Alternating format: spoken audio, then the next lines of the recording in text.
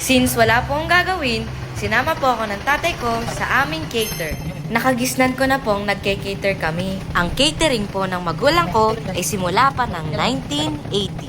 Since wala na po si Lola at Lolo, ang magulang ko na po ang nagmamanage ng aming catering. Lagi po kaming magkakapatid sinasama tuwing magse-set up dahil walang magbabantay sa amin. Ngayon po, gusto ko po ipakita ang luto namin at ang setup namin. Ipapakita ko din po yung lugar dito kung saan nag-set up ang aking mga magulang.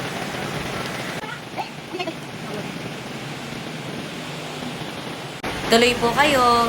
Ang mga bulaklak nga po pala, ang tatay ko ang nag-arrange.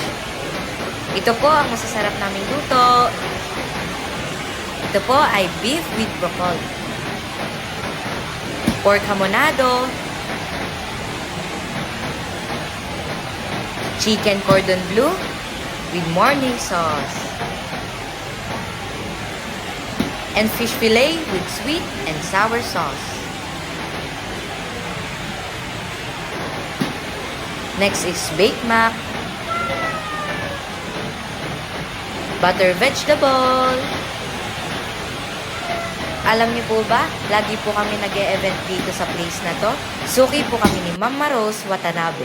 Maraming salamat po sa tiwala sa King and I at sa mga magulang ko po. Ito po pala mga staff na kasama ni tatay. Maraming salamat po sa hard work niyo.